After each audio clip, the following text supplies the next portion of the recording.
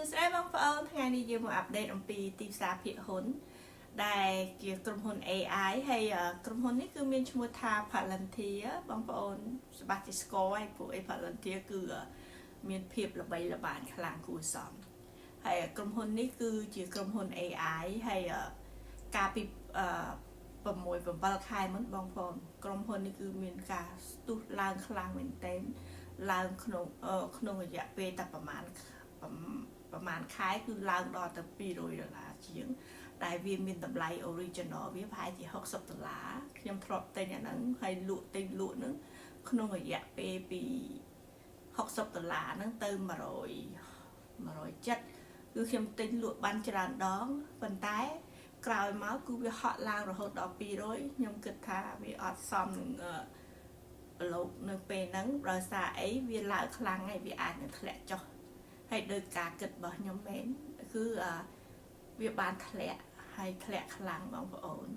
ពី220ជាងឥឡូវនេះធ្លាក់ដល់សល់តែ120គឺវាបាត់ចំណូលរហូតដល់ទៅ$100ហើយក្នុងរយៈពេល3ខែហ្នឹងគឺវាចុះឡើង90%ជាងបងប្អូនហើយក្រុមហ៊ុននេះគឺជាក្រុមហ៊ុនល្អតែដោយសារតែវាមាន bad news a lot ទីងដែរក្រុមហ៊ុននេះគឺដូចថាវា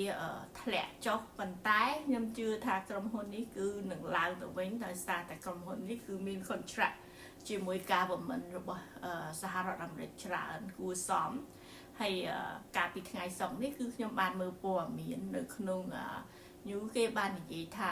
អ្នកស្រី Katie Wood គាត់បានលក់ក្រុមហ៊ុនផ្សេងខ្លះដើម្បីយកលុយហ្នឹងមកទិញនៅក្រុមហ៊ុន Palantir ព្រោះអីគាត់ដឹងថាក្រុមហ៊ុនហ្នឹងក៏ល្អបងប្អូនហើយខ្ញុំទិញមុនគាត់ដល់ពេលខ្ញុំទិញហើយខ្ញុំមកផ្ទះវិញខ្ញុំមើលព័ត៌មានខ្ញុំឃើញថាអ្នកស្រី Katie Wood ហ្នឹងគឺគាត់បានទិញនៅថ្ងៃដូចគ្នាជាមួយខ្ញុំដែរហើយខ្ញុំទិញចំនួនប្រហែលជា200 share បងប្អូន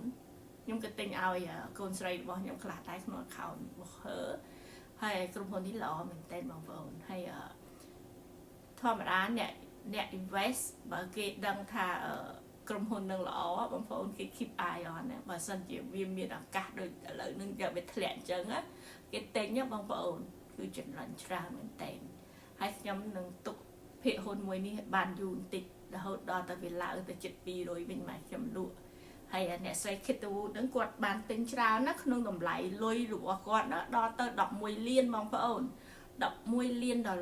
ស្មើនឹងហ៊ុនហ្នឹងគឺមានចំនួន80000